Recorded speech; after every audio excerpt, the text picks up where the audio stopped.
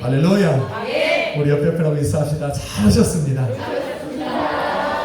우리 한 번 더 인사합시다. 당신을 위해 좋은 일이 시작되었습니다.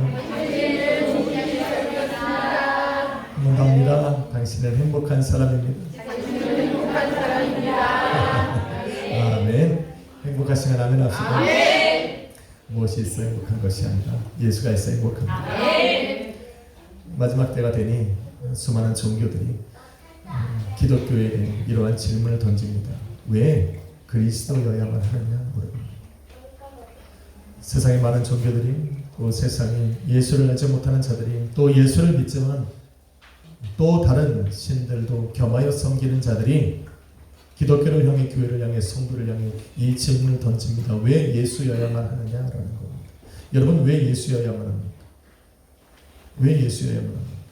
세상의 많은 종교들이 구원을 외치고 사후의 세계를 외치고 영생 극락이 있다라고 외치는데 왜 우리는 예수여야만 합니까? 왜 교회는 예수 그리스도만 구원의 길이라 외칩니까?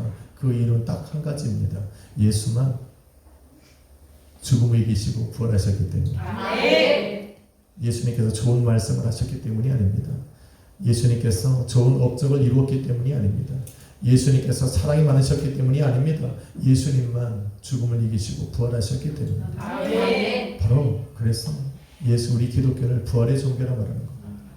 부활이 있기에 저와 여러분이 믿는 믿음이 살아있는 것이고 우리에게는 소망이 있는 겁니다. 예수님께서 부활하셨기 때문에 기독교는 살아있는 종교입니다. 누군가 우리에게 질문을 던진다면 우리는 이렇게 대답해야 됩니다. 예수님이 좋은 말 있지 않느냐? 성경에 좋은 말 있지 않느냐? 그 말이 정답이 아닙니다. 그 말이 정답이 아니라 바로 예수 그리스도만이 사망 권세를 이기시고 부활하셨기 때문입니다. 할렐루야. 그래서 우리 기독교는 예수님만 섬깁니다. 빌립보서 2장 9절로 6절에 보니 하나님이 예수의 이름을 지극히 높이고 모든 이름에 뛰어난 이름을 주시고 모든 무릎으로 그 이름 앞에 꿇게 하시고 모든 입으로 예수 그리스도를 주라 시인하게 하셨느니라 말씀하고 있습니다. 또 베드로후서 전서에 보니 하늘 아래 구원받을 만한 다른 이름을 준 적이 없으시다는 말씀입니다. 오직 예수 그리스도 한 분만이 구원의 길이요 생명이요 우리의 참된 진리가 되신 줄 믿습니다. 오늘 그 예수님께서 한 집에 들어가셨습니다. 그 집은 바리새인 지도자의 집이었습니다. 예수님께서 왜 그 집에 들어가셨을까? 라는 의문을 가져봅니다. 예수님께서 왜 그 많은 집들 중에 하필 안식일에 그 바리새인의 집에 들어가서 함께 그들과 떡을 떼고 계시는가? 라는 질문을 던져봅니다. 오늘 여러분 본문을 읽으면서 여러분 안에는 바로 그 배경이 이미 설명이 되어질 겁니다. 그 상황이 여러분 안에 그려질 것입니다. 예수님께서 왜 그 집에 들어가셔야 됐는가? 이유는 간단합니다. 그 집에 예수님을 만나야 할 사람이 있었기 때문입니다. 어떤 사람이 예수님을 만나야 합니까? 바로 수종병 걸린 사람이 그 집에 있었기 때문입니다. 수종병 어떤 병입니까? 뼈와 그 근육의 조직에 이 공간이 생겨서 그 흠에 물이 차는 것을 의미합니다. 요즘 같으면 수술하면 낫다 치더라도 당시에는 불치병이었습니다. 고칠 수 없었습니다. 베데스다 연못에 누워있던 38년 된 병자와 또 18년 동안이나 혈류병에 걸려서 죽어가던 그 여인과 마찬가지로 수종병에 걸린 이 사람은 불치병에 걸린 겁니다. 소망이 끊어진 겁니다. 더욱이 이 수종병은 당시 율법적으로 죄인이었습니다. 왜? 죄를 지어 하나님께 저주받은 사람이라는 낙인이 찍혀 있습니다. 그래서 가족들도 멀리합니다. 친구도 떠납니다. 이웃도 없습니다. 찾아오는 이도 없습니다. 참 외롭습니다.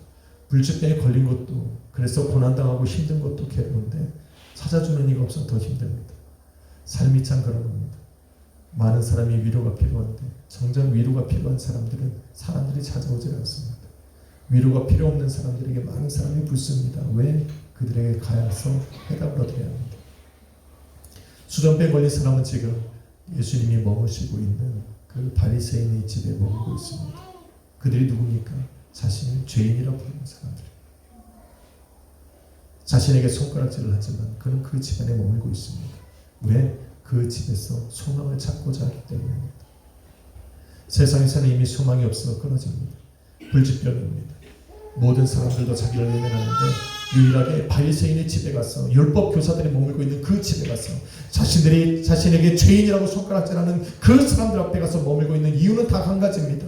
마지막 소망이 여기 있다고 여기기 때문에 그렇습니다. 그들은 누굽니까? 자신에게 하나님의 말씀을 들려주는 사람입니다. 혹여나 내가 그 하나님의 말씀을 듣고 하나님께서 그들이 말하는 대로 살아가면 하나님께서 나를 긍휼히 여겨 고쳐주시지는 않을까 하는 생각이 그의 마음속에 있었습니다. 마지막 신랑 같은 소망을 가지고 자신을 죄인이라고 손가락질하지만 그 자리에 머물 수밖에 없었어요. 그런데 그곳에는 고침을 받지 못합니다. 그들은 그를 고칠 만한 능력이 없습니다. 여러분, 율법은 사람을 고치는 것이 아닙니다. 율법에 완전할 수 없는 인간은 율법으로 사람을 생명을 살릴 수가 없습니다. 우리의 생명을 살리는 분은 누굽니까? 예수 그리스도 한 분밖에 없습니다. 그래도 하나님이 그를 긍휼히 여기신 겁니다. 그래서 그를 찾아가신 겁니다. 여러분, 예레미야가 3장 33절에 보면 이렇게 말씀합니다. 나는 인간이 고난받고 또 근심하게 하는 것이 나의 본심이 아니라는 말씀입니다. 하나님께서는 때로는 우리의 삶에 솔로몬에게 말씀하셨듯이 사람의 매와 인생의 채찍으로 징계하실 수는 있어도 그렇게 하시는 우리 하나님은 본심이 아니라는 겁니다. 그럴 수밖에 없는 상황, 나로 하나님께서 원하시고 기뻐하시는 그의 삶으로 다시 돌아오게 하기 위하여 사람의 매와 인생의 채찍으로 그의 삶에 징계하실지라도 그건 하나님의 본심이 아니에요. 매를 맞는 것이 안 아픕니까? 아프죠. 인생의 이 채찍을 맞는 것이 결코 쉽지 않습니다. 그럼에도 불구하고 우리 하나님이 그렇게 하셔야 되는 이유는 그렇게 해서 돌아오는 그 길에 더 많은 축복이 있기 때문에 하나님께로 돌아오는 것이 하나님께서 계획하신 그 복된 길로 들어서는 것이 그의 삶에 더 유익하기 때문에 잠시 사람의 매와 인생의 채찍으로 징계하실 뿐이지 그것이 하나님의 본심이 아니에요. 부모가 자녀를 책망하고 징계할 때 부모의 마음이 편할 겁니까? 아니요, 그렇지 않아요. 나의 징계를 받고 매를 맞는 자녀가 아파하는 것을 바라볼 때 그것에 흐느껴 웃는 그런 부모가 되어 있습니다. 우리 하나님은 오죽하게 매를 그렇기 때문에 그곳에서 고통당하고 있는 그 수종병 걸린 자를 우리 주님이 찾아가신 거예요. 여러분, 우리의 삶에 고난이 찾아오고 또 마음에 근심이 쌓일 때 우리는 하나님 앞에 그런 기도를 드립니다. 하나님 왜 이렇습니까? 하나님 계십니까? 내 인생에 왜 이런 고난이 옵니까? 라고 우리는 그런 기도를 드릴 때가 종종 있습니다. 하나님의 본심을 알아야 됩니다. 하나님은 기뻐하시는 분이 아닙니다. 하나님은 어떻게 하든지 우리에게 생명을 얻되 더 풍성히 얻게 하십니다. 장래의 소망을 주고 우리의 삶에 당신의 선하신 뜻을 이루어 가시길 원하시는 주님이지 우리의 삶에 그런 고난과 근심된 삶을 주시길 원하시는 분이 아닙니다. 그런 하나님의 본심을 알아야 한 대 맞을 때 돌아오라. 한 대 맞을 때 돌아오라.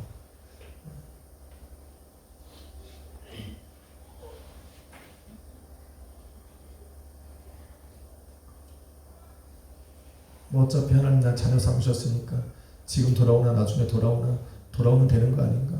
라는 질문을 던지는데 그 죽도록 맞고 왜 오고 뭐하러 그렇게 와? 그럴 이유가 없습니다. 하나님이 좋게 부르실 때 가는 거예요. 그게 복된 사람이에요. 예수님께 맞고 돌아오는 사람들 여러분 감정 들어보면 정말 괴롭고 힘든 순간이에요. 그 사람이 걸어갔던 비록 그 끝이 간증으로 끝났을지라도 그분이 걸어온 그 길을 내가 걸어가야 된다면 여러분은 그렇게 할 수 있는 자신이 없어요. 인생의 끝자락에서 우리 주님을 만난 사람들의 간증이 우리를 감동시키지만 그 삶을 여러분이 걸어가야 된다면 저는 반대예요. 왜 그렇게 걸어가려고 합니까? 너는 나를 찾을 만한 때에 찾고 그 부르실 때에 우리 주님을 만나야 되는 거예요. 믿으시면 하는 건 없어요. 오늘 여러분 만나십시오. 예수. 수종병 걸려서 쓸데없는 세상 가운데 가서 나의 소망을 품지 말고 예수를 만나기를 예수 그리스도로 축원합니다. 예수님께서 찾아가셨어요. 그래서 그 수종병 걸린 그 사람을 고치시기 위해서 우리 주님은 세상이 정한 규칙을 어기셔야 했습니다. 깨셔야 했습니다. 새로운 하나님의 방법대로 그를 치유하셔야 됐어요. 첫 번째로 우리 하나님께서 이 깨신 세상의 규칙이 무엇이냐면 안식일에 병을 고치는 거예요. 오늘 본문의 시작해 보니까 안식일이었더라 말을 합니다. 여러분, 세상이 정한, 사람들이 정한, 유대인들이 정한 규칙에는 안식일에 병자를 고칠 수가 없습니다. 물론 최악의 경우에는 그를 고칠 수 있다는 규정을 이 예외로 두었지만은 안식일에 병 고치는 것은 허락되지 않았습니다. 그런데 예수님은 꼭 안식일에 고치셨어요. 왜? 세상 방법하고 상관없다는 거예요. 예수님께서 우리를 찾아와서 우리의 인생의 문제를 해결했을 때는 세상 규칙이 방해할 수 없다는 거예요. 왜? 하나님은 생명이 중요하니까. 내 자녀가 중요한 거예요. 하나님께서 당신의 피로 값주고 사신 당신의 몸된 교회가 중요하고 하나님의 자녀가 중요한 거예요. 세상이 정한 규칙이 중요한 것이 아니에요. 하나님은 세상을 걸으시고 사람들의 생명을 주시고 그를 진리 가운데로 인도하심에 있어서는 하나님의 규칙이 있는 거예요. 하나님은 긍휼히 여기시고 하나님은 살리고자 하면 살리시는 거예요. 세상 규칙이 어디 있습니까? 하지 말라고 우리 주님 안 해야 됩니까? 그런 거 없어요. 예수님에게는 당신의 자녀가 중요한 거예요. 안식일의 규정, 십계명이 왜 중요합니까? 하나님으로 하여금, 사람들로 하여금 하나님이 기뻐하시는 삶으로 나아가는 거예요. 그게 규칙이에요. 하나님이 생명을 살리고자 그 계명을 우리에게 주신 것이지, 생명을 살려야 되는 그 자리에서 그걸로 인해서 죽어가는 사람이 생기는 거 우리 하나님 원하시는 분이 아니에요. 그런데 유대인들은 안식일의 규정을 엄격하게 지켜놨어요. 살릴 수 없다는 거예요. 죽어가는 사람을 건질 수 없다는 거예요. 그러나 예수님은 그것을 다 무시합니다. 곧장 뼈 걸려 죽은 그 사람을 안식일에 고치신 역사를 일으키신 거예요. 우리 주님은 하시고자 하면 하는 거예요. 이래서 안 돼, 저래서 안 돼 하는 사람은 그냥 그 규칙대로 살아가는 거예요. 세상 규칙 다 지켜가면서 우리는 어떻게 믿음으로 살아갑니까? 믿음은 또 다른 방법인 거예요. 하나님의 방법대로 이루어가시는 게 믿음이에요. 믿으시면 아멘 합시다. 그래서 우리 예수님 믿어볼 만한 거예요. 예수님의 방법대로 하나님이 정하신 생명을 살리는 방법은 바로 믿음인 거예요. 할렐루야. 그 수종병 걸린 그 사람, 왜 그 자리에 죄인이라는 손가락질을 받으면서도 그 자리에 머물러 있을까? 하나님은 그를 긍휼히 여기사 그를 찾아가시는 거예요. 두 번째로 예수님께서 어긴 규칙이 있다면 바로 죄인에게 안식일에 병든 자에게 손을 대면 안 되는 거예요. 그런데 예수님이 오늘 말씀해 보니까 그를 데려다가, 이 데려다가는 것은 무엇이냐면 Hey, come here 라고 부르신 것이 아니라는 거예요. 수종병 걸려서 움직이지 못하는 바로 그 사람을 예수님께서 직접 손을 대어 그를 데려오시는 거예요. 사람들로 멀리하는 병입니다. 죄인을 가까이 하지 않습니다. 하나님께 징계받은 사람을 안식일에는 더군다나 멀리해야 되는 것이 유대인의 관습이고 정해놓은 규정입니다. 그럼에도 불구하고 예수님께서 그의 삶에 찾아가신 거예요. 그의 몸에 손을 대시는 거예요. 바로 예수님께서는 긍휼히 여기실 때 직접 찾아가시는 거예요. 아마 그 사람은 깜짝 놀랐을 거예요. 자신의 몸에 손을 대는 이가 있었다면 깜짝 놀랐을 거예요. 설마 예수님께서 자신을 찾아와서 자신의 몸에 손을 댈 것이라고는 상상도 하지 못했을 겁니다. 그럼에도 불구하고 예수님은 그를 찾아가서 그에게 몸에 손을 대시고 그를 고쳐보내셨다. 여러분, 고쳐보내셨다라고 하는 거, 이 원어에는 어떤 의미가 있냐면 이 법정에서 죄인들을 자유하게 하는 거, 그의 삶을 회복시키시는 것을 의미하는 단어입니다. 다시 말해서 예수님께서는 수종병 걸린 그 사람의 몸에 있는 그 병만 고쳐주신 것이 아니라 자신이 지금까지 살아오면서 수많은 사람들에게 죄인이라 손가락질을 받았던 그 마음의 상처까지, 나는 죄인이라고 인식하며 살았던 그의 심령 속에 우리 하나님에 찾아와서 너는 더 이상 죄인이 아니라 말씀하시는 거예요. 우리는 이 삶에 문제가 생기면 생각나는 것이 하나 있어요. 신앙이 있으면 있을수록, 우리가 하나님을 알면 알수록 우리의 삶에 오는 것이 무엇이냐면 내가 무슨 죄를 지었나, 내 삶에 어떤 일이 벌어지면 내가 무슨 죄를 지었나. 죄로 인해서 우리의 삶에 어려움이 다가올 수는 있습니다. 우리의 질병이 다가오는 것, 죄로 말미암아 오는 것은 맞습니다. 그러나 그것이 우리를 묶어서는 안 됩니다. 때로는 이러한 죄책감들이, 죄의식이 우리가 하나님 앞에 나아가는 것을 가로막습니다. 우리의 삶이 어려우면, 우리가 하나님 앞에 부끄러우면 제일 먼저 우리 가운데 하는 일이 뭐냐면 하나님을 멀리합니다. 기도도 안 나옵니다. 기도의 자리에 와야 될 사람이 기도의 자리에 앉지를 못합니다. 왜? 그것이 우리를 가로막습니다.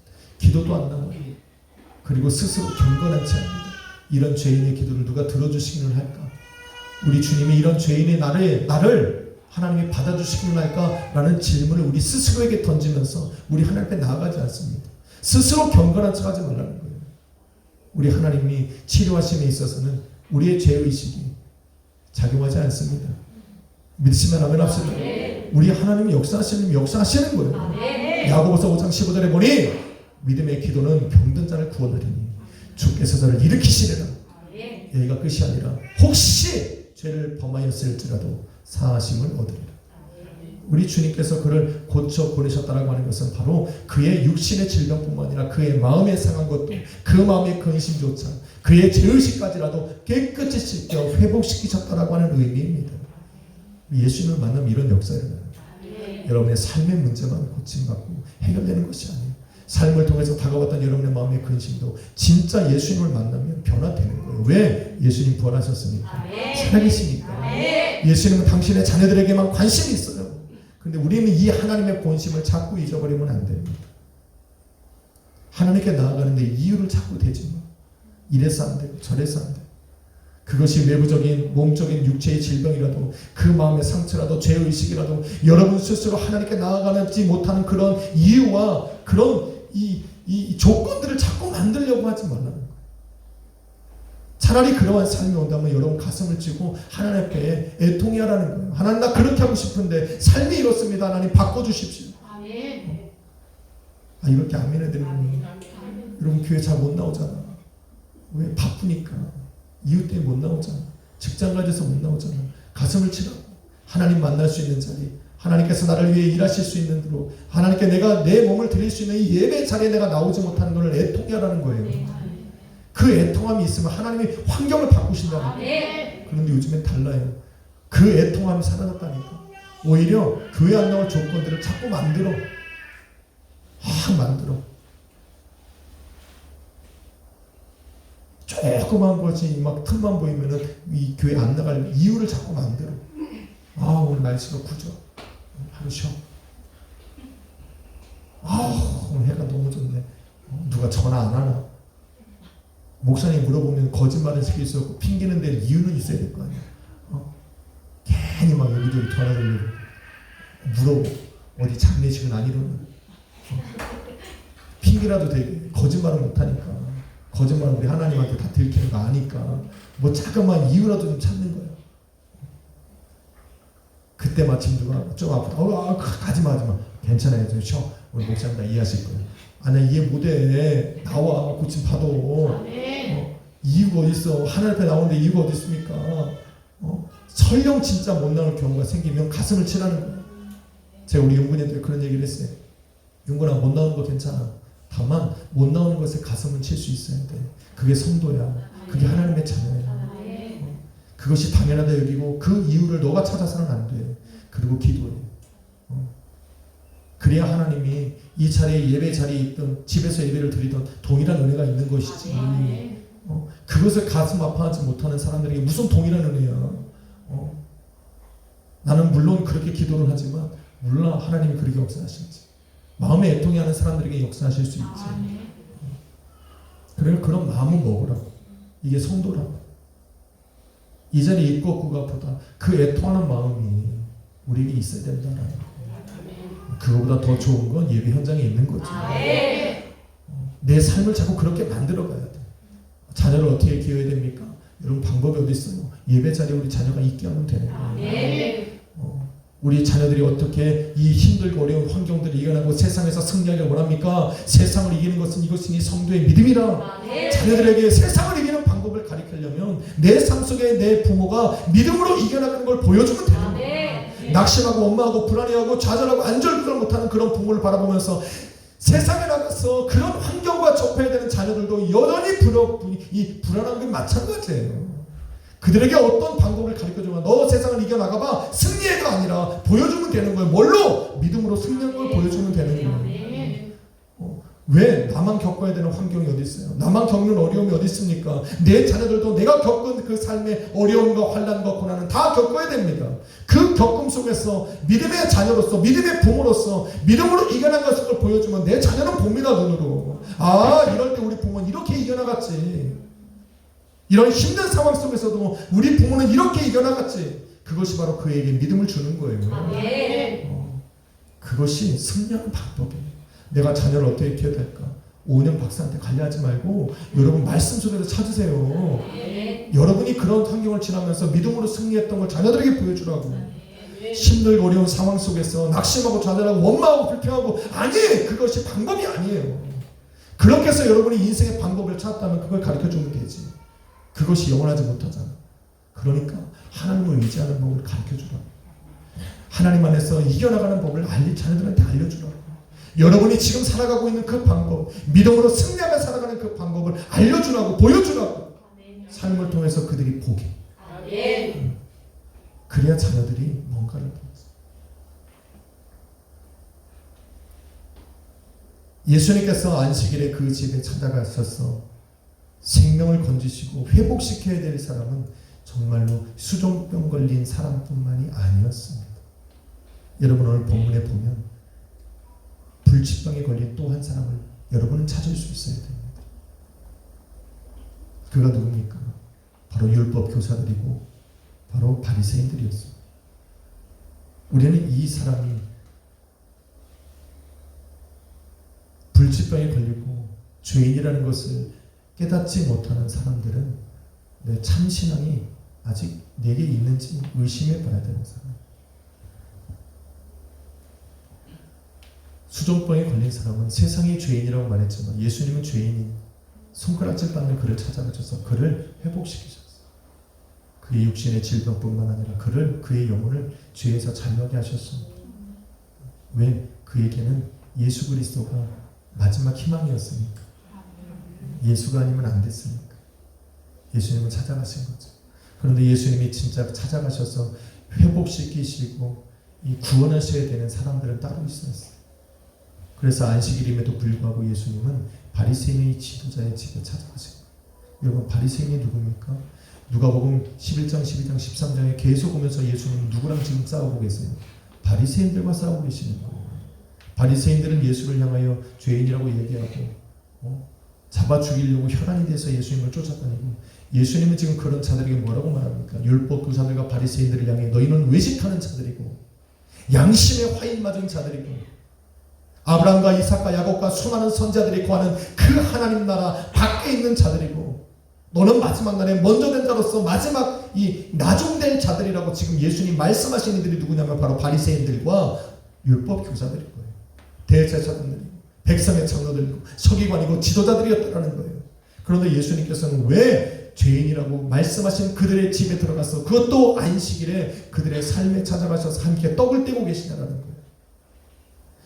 하늘의 규칙으로 여기면 하나님은 죄인과 함께 하실 수 없는 분이잖아요.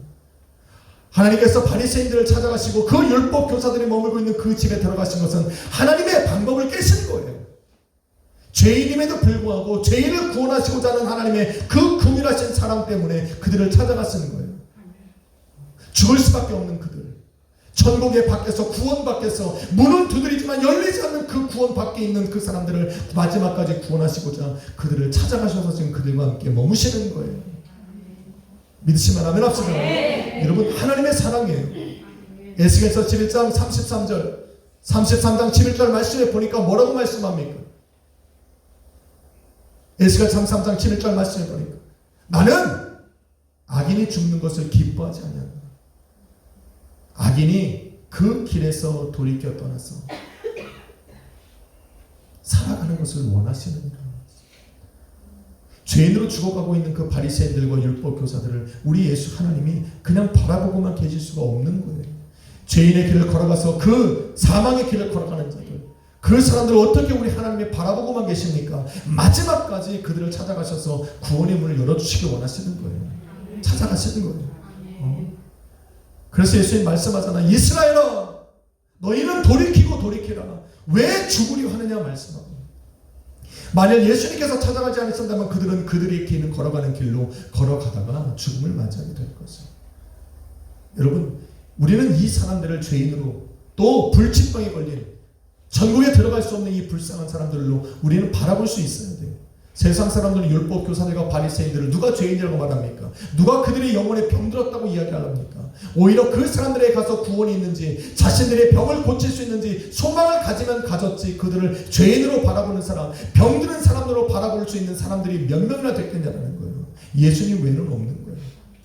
그들조차도 자신이 불치병에 걸렸다는 걸 모르고 있는 거예요. 예수님께서 그래서 찾아가셨음에도 불구하고 그들의 모습을 바라보니 1절에 뭐라고 합니까? 예수님을 어떻게 했다 그래요? 엿보고 있더라. 예수님이 저 수종병 걸린 사람을 안식일에 고치는지 안 고치는지 엿보고 있더라. 엿보고 있더라 라는 것은 무엇이냐면 미래 이 미완료 수동태예요. 엿보고 있는 거예요. 미완료라고 하는 것은 진행의 의미예요.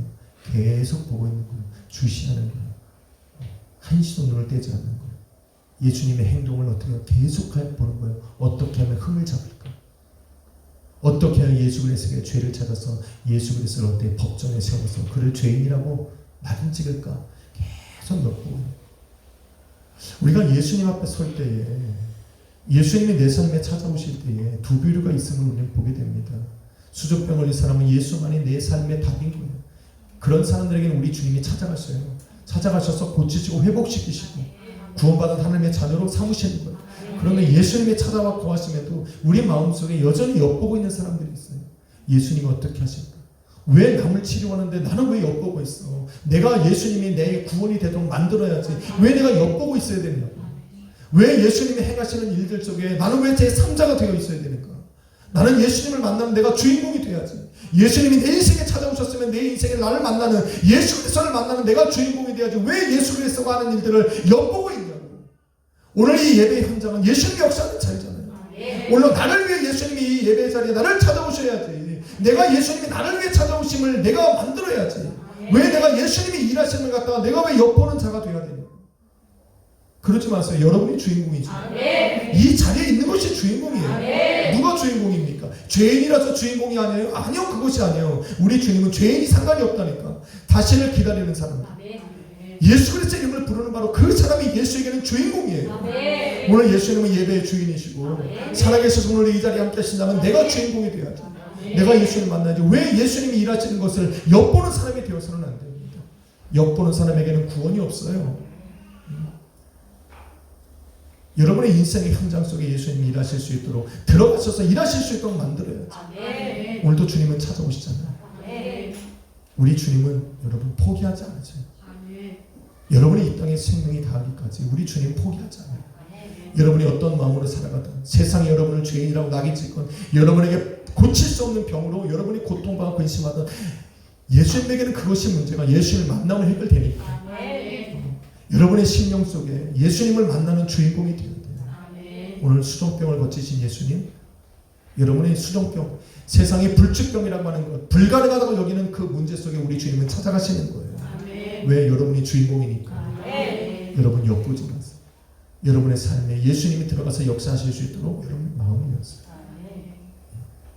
예수님은 모든 세상의 규칙들을 다 깨시고 믿음으로 역사하시는 분이에요. 이렇다 저렇다 규정 짜서 얘기하면 안 돼요. 이래서 안 돼 저래서 안 돼가 없습니다. 우리 주님은 무에서 유를 창조하시는 분, 말씀으로 세상을 창조하시는 분, 우리의 저와 여러분의 삶에 도대체 불가능한 일들을 가능케 하실 수 있는 분 바로 예수님 한 분밖에 없잖아요. 그분이 여러분의 삶에 찾아가셔서 일하시게 만들자.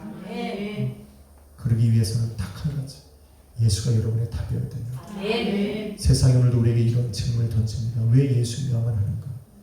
우리는 예수여야만 합니다. 예수여야만 합니다. 우리 예배의 대상도 예수님이어야만 합니다. 기독교는 선한 말을 들으러 오는 장소가 아닙니다. 좋은 것 얻는 곳이 아닙니다. 유일한 길이요 진리요 생명 대신 그 예수님을 예배하는 곳이 바로 기독교입니다. 여러분 그 자리에 있고 오늘도 그 예수님이 여러분을 찾아가셔서 여러분의 인생에 여러분을 주인공으로 만드시는 분입니다. 오늘 한 주간 동안 여러분 주님은 여러분과의 삶에 찾아가셔서 일하실 거예요. 여러분의 삶을 어루만지시고 고쳐 보내실 거예요. 여러분의 마음을 자유하게 하시고 여러분의 삶에 도대체 불가능한 그 일들을 이루어 가실 거예요. 여러분 예수님께서 일하시는 장소에 계십시오. 바라보고 계지 마세요. 오늘도 할 수만 있으면 여러분 기도하십시오. 주님, 내 삶에 한번 찾아오십시오. 나도 불치병에 걸렸어. 믿음이 없는 자로 살아가고 있습니다. 내 삶에 한번 찾아오십시오. 그래서 나의 이 믿음 없음을 고치시고 나를 주인공으로 삼아서 일하십시오. 나도 회복된 자로, 죄 없는 자로, 하나님의 자녀로 한 주간 주님과 동행하고 싶습니다. 이런 고백의 기도를 드릴 수 있지 않을까. 여러분이 주인공입니다. 여러분 때문에 오늘 예수님 이 자리에 계신 거예요. 그 주님을 만나 동행하는 복된 한 주가 되시기를 예수 그리스도의 이름으로 축원합니다. 기도하겠습니다. 걸어가신 하나님 감사합니다. 수정병 관련 소망이 없던 그에게 우리 주님은 소망이 되어 주셨습니다. 세상이 외면했던 그에게 우리 주님은 찾아가서 그 분해 안으시고 그의 병을 고쳐 주셨습니다. 세상은 그에게 손가락질했습니다. 그러나 죄인된 그를 찾아가셔서 의롭다 부르시고 당신의 새로운 삶을 그에게 허락하셨습니다. 주님, 오늘도 우리는 주님이 필요하게 이 자리에 있습니다. 주님만이 나의 유일한 치료 또 구원이고 생명이기에 오늘도 우리는 주님이 필요합니다. 세상이 우리에게 질문을 던질 때는 우리는 담대하게 고백하게 하십시오. 예수만이 나의 구원입니다. 예수만이 사망 권세를 이기시고 부활하셨기 때문입니다. 예수만이 구원의 이름이라는 것을 믿기 때문입니다. 주여, 오늘 우리 이 자리에 있는 성도들 인생의 주인공이 되게 하여 주옵소서. 예수를 만나 주인공이 되게 하여 주옵소서. 예수를 만나 변화된 삶을 살아가게 하여 주시옵소서. 오늘 아버지 그 예수 그리스도 우리 가운데 있기에 우리는 소망 담아 기도합니다. 주님 역사하여 주옵소서. 예수 그리스도의 이름으로 기도했습니다. 우리 한번 찬양 드릴까요? 좋은 찬양인데요. 와, 이 찬양도 있었네요.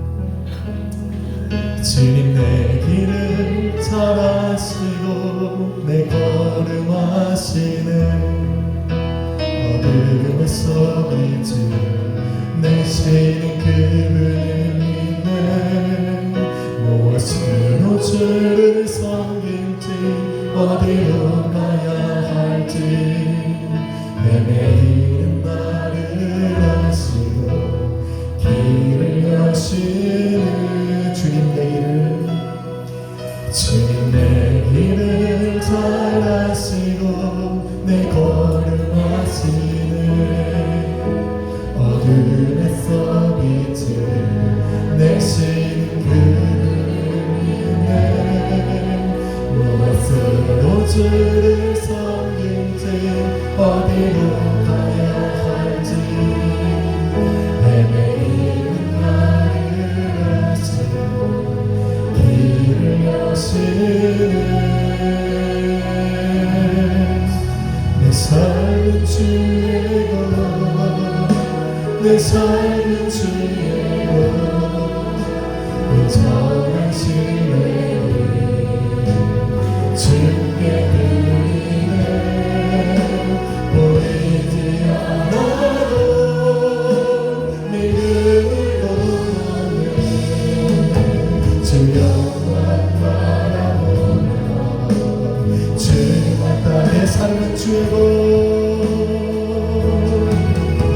내 삶은 주의 것, 내 삶은 주의 것, 온전한 신뢰를 주께 드리네.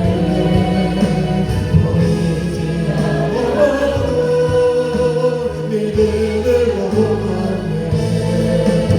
주 영광 바라보며 우리 한 번 더 찬양하신 후에 우리 주님을 신뢰하는 마음으로 기도합니다.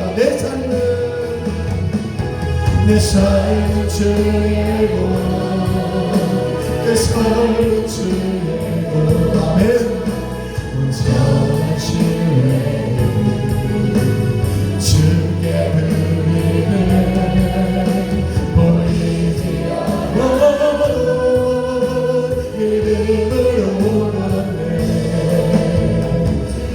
이 시간에 주님은 일하실 겁니다. 여러분 찾아가실 겁니다.